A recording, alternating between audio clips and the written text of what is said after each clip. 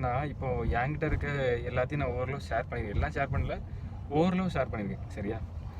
அதுக்கப்புறம் அவங்கக்கிட்ட இருந்து இப்போ அவங்க வந்து ஒரு பொண்ணு, நான் ஒரு பையன்.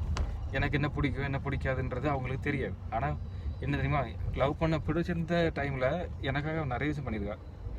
என்ன பண்ணியிருக்கா அப்படின்னா, ஒரு நாள் சாப்பாடு ஊட்டி கொடுத்தா.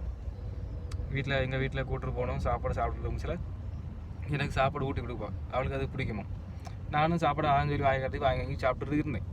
அவளுக்கு பிடிச்ச விஷயங்கள் எனக்கு பண்ணான், இல்லைன்னு சொல்லலை, நிறைய விஷயம் பண்ணான். பட் அதில் வந்து இது வரைக்கும் எனக்கு ஷிஃப்ட்டுன்னு பெருசாக எதுவும் பண்ணது கிடையாது. எனக்காக அவள் எதுவுமே கொடுத்தது கிடையாது.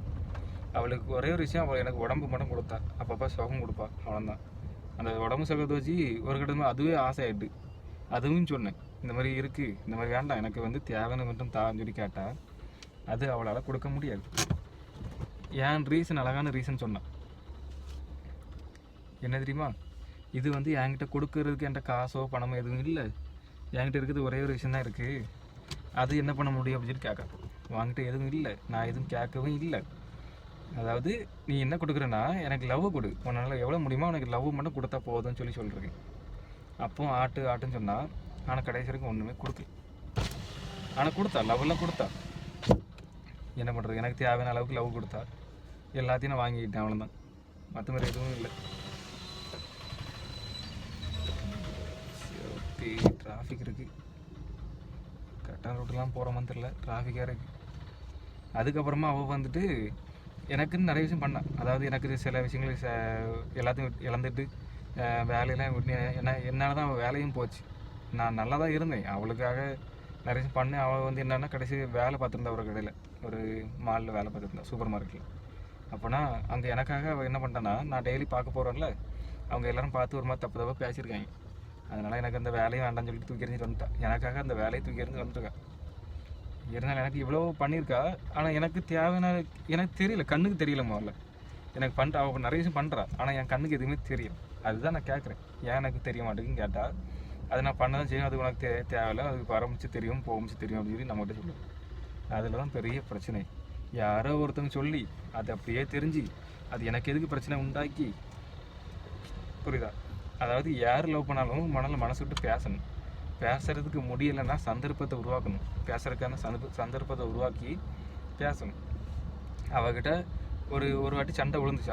அவளுக்கு வந்து பண்ணுற விஷயம் எனக்கு எதுவுமே பிடிக்கல. அவங்க வந்து எனக்கு ஏதாவது பண்ணணும்னா யோசிச்சு பண்ணுறாங்க. இவங்களுக்கெல்லாம் பண்ணணுமா, அவங்ககிட்டலாம் இருக்கும், அவனுக்கு எதுக்கு பண்ணணும் அப்படின்னு நினச்சி பண்ணுறாங்க. ஆனால் அதே இதுதான் நான் பண்ணேன், யோசிக்க கூட இல்லை, உடனே ஸ்பாட்டில் பண்ணேன். அதுமாதிரி அவன் ஃப்ரெண்டு ஒருத்தங்க இருக்காங்க, அந்த ஃப்ரெண்டுக்கு 500 600 உடனே ட்ரெஸ் வாங்கி கொடுத்தாங்க. எனக்கு ட்ரெஸ்ஸு கிடையாது, நான் கிழிஞ்சு நிற்கிறது தான் போட்டு போய் பார்க்க போவேன். அவகிட்ட கேட்குறப்ப சொல்கிறேன், உங்ககிட்டலாம் இருக்குதுன்னு நினச்சேன், அது எனக்கு தெரியலை அப்படின்னா. நானும் பெருசாக எடுத்துக்கல, எனக்கு எதுவும் பண்ணேன்டா விடு. நீ பண்ணுற லவ்ன்ற ஒரு விஷயம் இருக்குது, நம்மன்ற ஒரு பாண்டில் இருக்கும். எனக்குன்னு நிறைய விஷயம் பண்ணுற, ஆனால் பண்ணுறது என் கண்ணுக்கு தெரிய மாட்டேங்குன்னு சொல்கிறேன்.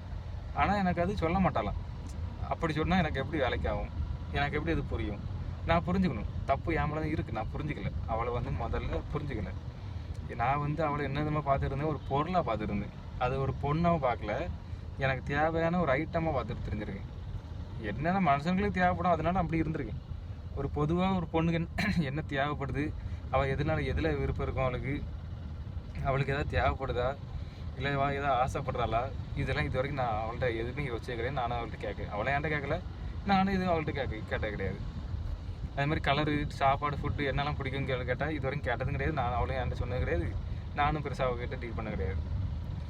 அவளை பொறுத்தல ஒருத்தங்க இருக்கிறாங்க, அவங்களுக்கு கூட இருக்காங்களோ பார்க்கணும், அவ்வளோதான். அதாவது எப்படி பார்த்துக்கணும்னு கூட தெரியல, ஆனால் ட்ரை பண்ணுவான்.